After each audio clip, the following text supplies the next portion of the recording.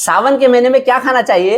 देखिए, सावन के महीने में 5 चीजें भून कर भी ना खाएं, और सावन के महीने में 5 चीजें जरूर खाएं। और अगर ऐसी खाने की थाली होगी आपकी, तो आप पूरे चौमासे, पूरे वर्षा ऋतु आप बिल्कुल फिट रहेंगे, डॉक्टर के पास जाना नहीं पड़ेगा। देखिए, आज देश में 1 करोड़ लोग लगभग हॉस्पिटल्स में दाखिल हैं, और आज 10 करोड़ लोगों को मोटापा है देश में, 10 करोड़ लोगों को कब्ज की शिकायत है, 10 करोड़ लोगों को बीपी की शिकायत है, 10 करोड़ लोगों को शुगर की शिकायत है, और अनेक लोगों को जोड़ों में दर्द है, सांस की दिक्कत है, तो ये और तरह तरह की इन्फेक्शन है। अगर इन सब से बचना है तो आप अपना खान पान ऋतुओं के अनुसार रखें। अगर ऐसे ऋतुचर्या का पालन करेंगे तो आप भी हमेशा फिट रहेंगे। मैं और मेरा पूरा परिवार, हम लोग ऋतुचर्या के नियमों का पालन करते हैं, हम लोग हमेशा फिट रहते हैं। पिछले कई दशकों से हम लोग हमेशा निरोगी रहते हैं, फिट रहते हैं। मेरे पापा 91 ईयर्स के हैं, वो 100% फिट है, वो ऋतुचर्या के हिसाब से खान पान रखते हैं। उन्होंने हमें भी बचपन से यही सिखाया है। आयुर्वेद में ऐसे स्ट्रिक्ट रेगुलेशंस हैं कि किस ऋतु में, किस मौसम में क्या खाना है, क्या नहीं खाना। अब मैं आपको एक एक चीज बताता हूँ। देखिए, जो वर्षा ऋतु शुरू हो रही है, जो सावन का महीना शुरू हो रहा है, अब कुछ दिनों में ही सावन का महीना शुरू हो रहा है, इसमें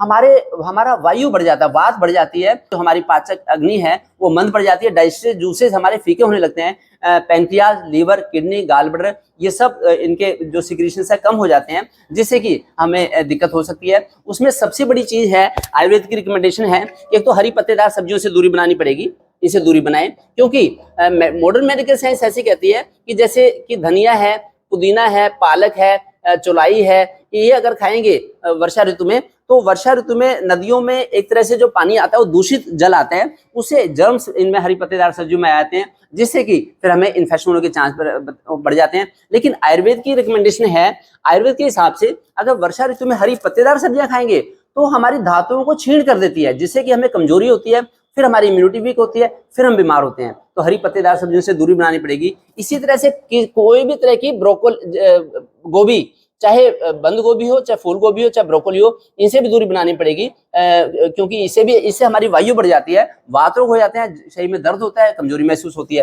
फिर बैंगन बिल्कुल भी ना खाएं, सावन के महीने में बैंगन बिल्कुल ना खाएं। बैंगन की गर्म तासीर बताई गई है ज्यादा।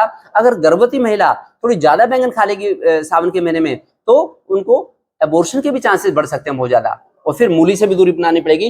फिर किसी भी हालत में आप मूली भी ना लें। फिर दही को थोड़ा कम लें, दही का कम उपयोग करें सावन के महीने में। कढ़ी बिल्कुल नहीं खानी, सावन के महीने में कढ़ी बिल्कुल भी ना खाएं, इससे भी फिर दिक्कत होगी। अगर लोग कहते हैं कि वो तो बड़ा इंटेलिजेंट था, उससे तो किडनी के स्टोन हो गए, क्यों? क्योंकि उसने कार्तिक के महीने में राजमा, छोले और मटर जैसी, उड़द जैसी चीजें खाई। तो कार्तिक के महीने में जैसे मना है, इसी तरह से लोग कहते हो तो बड़ा इंटेलिजेंट था, उसको तो हार्ट अटैक हो गया, क्यों? क्योंकि उसने भादों के महीने में दही खाई। भादों के महीने में दही खाना बिल्कुल भी अलाउड नहीं है। अगर खाएंगे तो आज नहीं तो कल ट्राइग्लिसराइड बढ़ेंगे, कोलेस्ट्रॉल बढ़ेगा, और हमें हार्ट अटैक के चांस बहुत ज्यादा बढ़ जाएंगे। और ऋतु के अनुसार खाएंगे तो दिक्कत हो नहीं सकती। जैसे कि होली के बाद में गाजर बिल्कुल भी नहीं खाना चाहिए, ऐसा इंडियन फिलोसफी में आया है। जैसे कि दिवाली के बाद में आम बिल्कुल भी नहीं खाना चाहिए, वो जो कि मेंशन है हमारे शास्त्रों में। इसी तरह से सावन के महीने में भी बड़े सारे रिस्ट्रिक्शन है।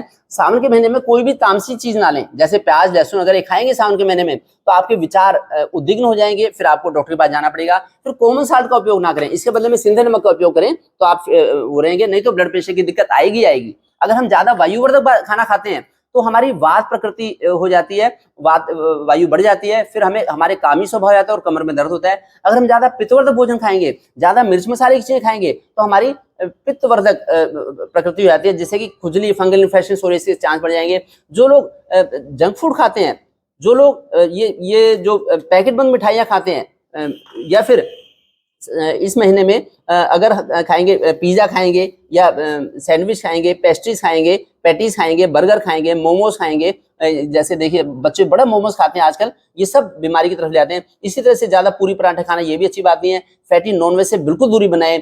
फिर जो शुगरी ड्रिंक्स है इनसे दूरी बनाएं। शराब, बीड़ी, सिगरेट, इनसे भी दूरी बनानी पड़ेगी। जितने भी पैकेट वाली चीजें होती हैं, टोमेटो केचप, चिली सॉस, ये सब बीमारी के कारण है। बेकरी के प्रोडक्ट से भी दूरी बना के रखें। ब्रेड, बिस्कुट, रस बिल्कुल बना लें। फिर 4 व्हाइट पॉइजन्स, चीनी, नमक, मैदा और ट्रांस फैट, इनसे दूरी बनानी पड़ेगी। ये स्लो पॉइजन्स हैं, इनसे जितना दूरी बनाएंगे तो अच्छा रहेगा, जितना उबला हुआ सिंपल खाना खाएंगे तो अच्छा रहेगा। मिर्च मसालों से भी दूरी बनाएं। फिर ये सॉफ्ट ड्रिंक से दूरी बनाएं। फिर ये नूडल्स और चिप्स, कुरकुरे, ये भी सब बीमारी का कारण है। इसके बजाय घर में कुछ ना कुछ बना दें, जैसे स्वीट कॉर्न होते हैं, स्वीट कॉर्न बना देंगे तो अच्छा रहेगा। और आजकल डिफरेंट रेसिपी आती हैं वो बनाते हैं, तो इस खाने से हमें दूरी बनानी पड़ेगी, नहीं तो ये खाना डॉक्टर के पास जरूर लेके जाएगा। अगर आपसे गलती से इनमें से कुछ खाया गया तो जनौषधि की त्रिफला टैबलेट जरूर ले लें, जिससे कि पाचन तुरंत हो जाएगा।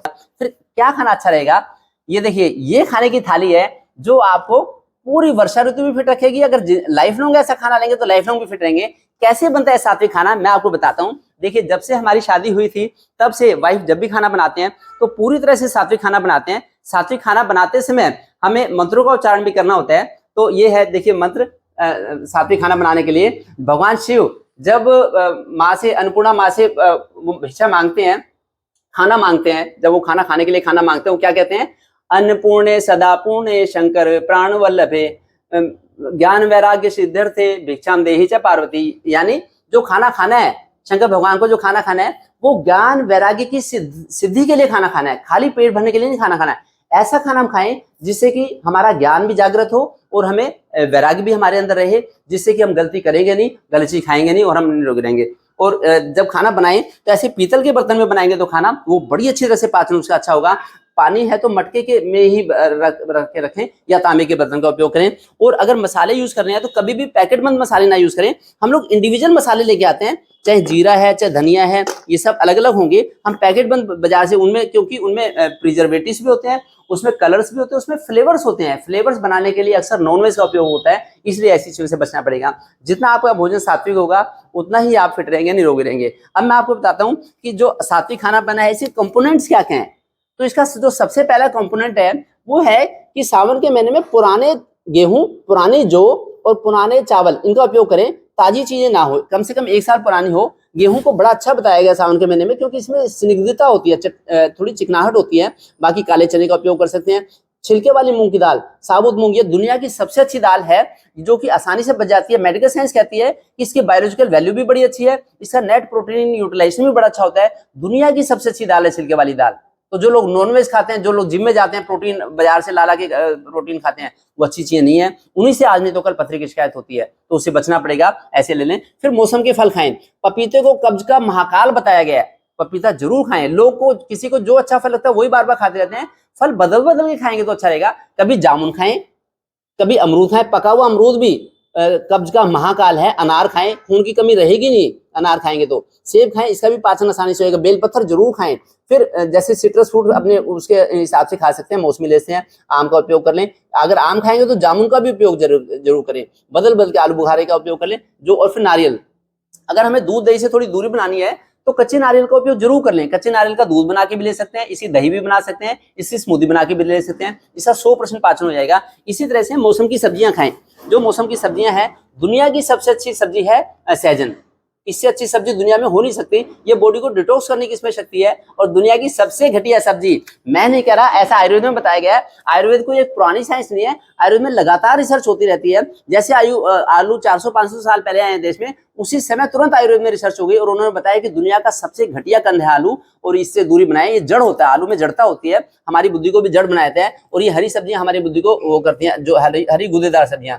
लौकी तोरी खाएं, इसमें नाइट्रेट्स होते हैं, नेचुरल नाइट्रेट्स, लौकी में भी तोरी में भी, जो कि हमें बीपी से बचाते हैं, ब्लड प्रेशर की दिक्कत से बचाते हैं, हार्ट की दिक्कत से बचाते हैं, हमारा पाचन ठीक रहते हैं, कब्ज हो नहीं सकती। और बाकी इसी तरह से परवल का उपयोग कर ले, टिंडे का उपयोग कर ले, गोल घिया का उपयोग कर ले, एलोवेरा का जरूर उपयोग करें। ये जोड़ों में दर्द नहीं होने देगा, वायु को शांत रखेगा।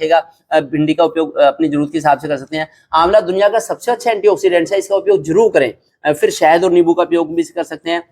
फिर मेथी के स्प्राउट, ये वायु को शांत करेगी, तो मेथी के स्प्राउट। और इसी तरह से चने के और मूंग के और गेहूं के स्प्राउट, इनका भी उपयोग कर सकते हैं, ये ध्यान रखें। बाकी नारियल पानी का उपयोग कर सकते हैं। जो आचार्य चरक थे, जो आचार्य वाघभट थे, आचार्य सुश्रुत थे, ये देखिए ये 125 साल तक जिए थे। सभी लोग आचार्य 125 साल तक जिए, क्योंकि इन्होंने हमेशा सात्विक और ऋतुओं के अनुसार खान पान लिया। और ये आचार्य कल्याण देव जी, जो स्वामी विवेकानंद के फ्रेंड थे, स्वामी विवेकानंद के कलीग थे, उनके साथ रहते थे, ये हमारे हॉस्पिटल में आए 125 साल की उम्र में, आज से 25 साल पहले। तो उन्होंने बड़ा आशीर्वाद दिया कि बेटा, आप भारत की संस्कृति का उत्थान कर रहे हो, उसका प्रचार प्रसार कर रहे हो, और आप बड़ा जन कल्याण का काम कर रहे हो, बड़ी अच्छी बात है। ये देश के लिए, देश के भविष्य को अच्छा सुधारेगी। मैं चाहता हूं कि आप लोग भी ऐसी ऐसी कीमती इंफॉर्मेशन सब लोगों को बताएं, जिससे कि पूरे देश का कल्याण हो और पूरे समाज का कल्याण हो। और जो आज लोग, करोड़ों लोग बीमार हैं, देश में कई करोड़ लोग बीमार हैं, वो बीमारी के चंगुल से बाहर निकल सकते हैं अगर अपने खान पान रहन को ऋतुओं के अनुसार करें और अपनी दिनचर्या को संभालें।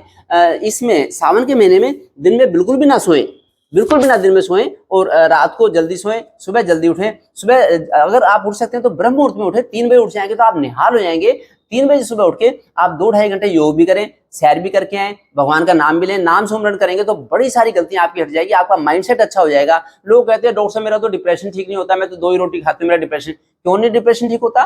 क्योंकि आप पूरा समर्पण की भावना से भगवान का नाम नहीं लेते। फिर घर के छत पे ध्वजा लगाएं, ध्वजा लगाएंगे तो डिप्रेशन हो नहीं सकता, आपका मोरल हाई हो जाएगा। छत्रपति शिवाजी जो 14 साल की उम्र में सुबह 4-4.5 घंटे प्रैक्टिस करते थे, आज 14-14 साल के बच्चे घर में 7 बजे तक सोए पड़े रहते हैं, फिर उठते ही फिर वो कॉफी पीते हैं, एसी में पड़े रहते हैं, पिज्जा बर्गर खाते हैं, जिससे कि उनकी बुद्धि भ्रष्ट हो जाती है। और आज 14 साल का बच्चा 90 किलो का हो जाता है, 100 किलो का हो जाता है, और फिर उसको कोई बुद्धि विवेक ऐसी नहीं होती कि देश की रक्षा कर सके, देश के लिए कुछ ऐसा सोच सके। अगर ऐसा आपको भी छत्रपति शिवाजी जैसे बच्चे चाहिए तो अपने पूरे परिवार का खान पान सात्विक रखें, जिससे कि पूरी वर्षा ऋतु भी ठीक रहे, जुलाई अगस्त का महीना आपका ठीक निकले। और इसी तरह से मैं आगे भी इंफॉर्मेशन हर ऋतु के हिसाब से, हर महीने के हिसाब से आगे खान पान की देता रहूंगा।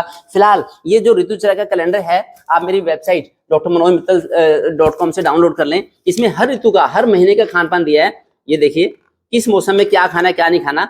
अगर ऐसा आप भी ध्यान रखेंगे तो कैसी बीमारी होगी। ये जो भारत का आयुर्वेद है ये ज्योतिषी के ऊपर आधारित है, ज्योतिषी में जैसी रिकमेंडेशन है वैसे ही आयुर्वेद ने दी है। ये आप कैलेंडर की जो पीडीएफ है मेरे वेबसाइट drmanojmittal.com से डाउनलोड कर सकते हैं, ये अभी नोट कर लें। और मैं चाहता हूं कि ऐसी ऐसी कीमती इन्फॉर्मेशन पूरे देश में सब लोगों को स्प्रेड करें, जिससे कि देश के सारे लोग इसका फायदा उठाएं। अगर हो सके तो सावन के महीने में केवल एक ही बार खाना खाएं। जो चतुर्मास शुरू हो रहा है, सावन से शुरू होता है चतुर्मास, सावन भादो आसूस कार्तिक, 4 महीने अगर आप एक टाइम खाना खाएंगे तो आप निहाल हो जाएंगे, बड़ी सारी बीमारियां रिवर्स हो जाएगी। बस मन को एक बार समझाना है, आप पेट भर के फल भी खा लें, दोपहर में फिर खाना खा लें, फिर शाम को फल ले लें। अगर चाहें तो आप साबूदाने की खिचड़ी या समा के चारों की खिचड़ी दलिया ऐसा ले सकते हैं, जिससे कि अन्न दिन में एक बार खाना पड़े। नमक मीठा और अन्न अगर एक बार खाएंगे तो डॉक्टर के पास जाना नहीं पड़ेगा, बीमारी होगी नहीं, दाखिल होना नहीं पड़ेगा, ऑपरेशन करवाना नहीं पड़ेगा। ये बड़ा आसान है, बस एक बार मन को वो करना है, समझाना है, तो जिससे कि आप हमेशा निहाल हो जाएंगे। Thank you.